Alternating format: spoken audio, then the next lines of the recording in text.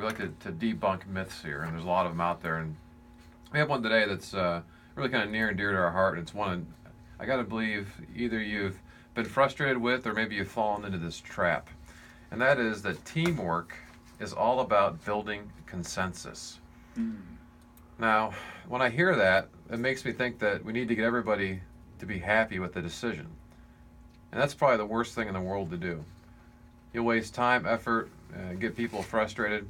I think that where the concept came from originally, or at least the idea behind it, was to try to get people's input on stuff, as far as just kind of getting their thoughts on things, versus getting them to buy in. So this idea of getting consensus. So the idea of getting people's ideas and having them freely share their ideas, that's good. That's a very good thing. Not so much in trying to get consensus here in terms of getting everybody on board and make sure everybody's happy with the decision. Often, if you make a decision based on consensus, it's not going to be the best decision. It'll be the one that is probably the most lame usually. That's exactly right.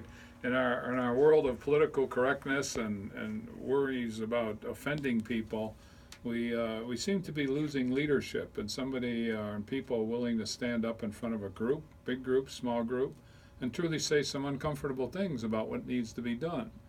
So you can have teamwork, which basically, it means people, they're going to try to cooperate using their individual skills. And constructively, those individual skills should really provide some pretty good ideas. And the team itself should be exploring those ideas. And sometimes you get emotional over it, which is good. And you're trying to sell each other on the ideas that you have and putting forward. Somebody has to set the goal, and somebody has to decide, okay, out of this group of 3, 10, 20, whatever the team size is, we have to go for this goal, and it doesn't seem that we have it quite defined, so I, as the leader, I'm going to do it. I'm not worried about consensus. I'm not personally, but a lot of people who pretend to lead are looking for that pat on the back to themselves. You said the word before, Adam. People are trying to be happy. That's kind of it's a great noble word. I don't even know if noble's the right word for it, but how do you make somebody happy? There are a couple ways, perhaps, but Usually doesn't involve business and work stuff, but yeah, there's other ways to make it happen. That's right. From a leadership standpoint, it's a key word you mentioned, Jack, in terms of leading. And I think a big thing to focus on as a leader is the why. Why are you doing something, or why are you making a change? Why are you making a decision?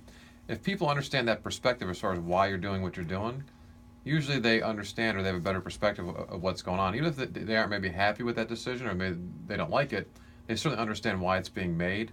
Because often what happens is when you as the owner are forced to make a decision, usually it's to the point where there may not be what I'll call good alternatives per se. Maybe you're trying to decide between two not so great alternatives, and so you got to pick one versus not picking anything, right? And so people need to understand what the whole perspective here. So, in the case of all of a sudden you're starting to make some layoffs, if things aren't going as well as you'd like.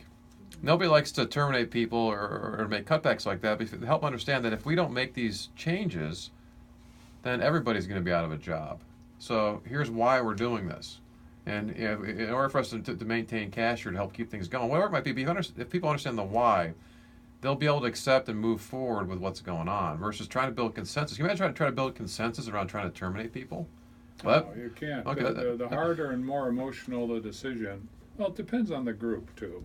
We have our disc, which we'll explain probably later today. If not, keep listening to us on Mondays, and you'll understand what disc is. Right.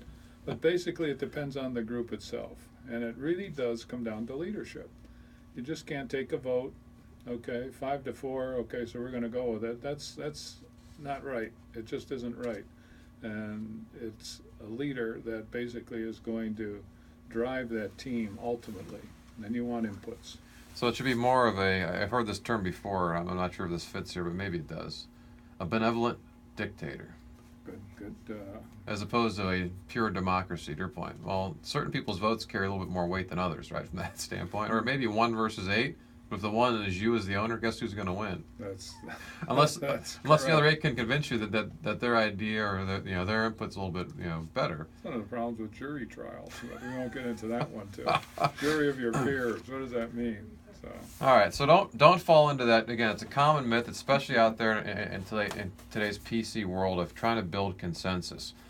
Lead, help understand the why as far as what you're trying to do to be able to make those tough decisions. Get their input on it, but again, make sure you're the one who's making that decision and leading the discussion. So, correcto. That's right. all right, stay tuned. When we come back,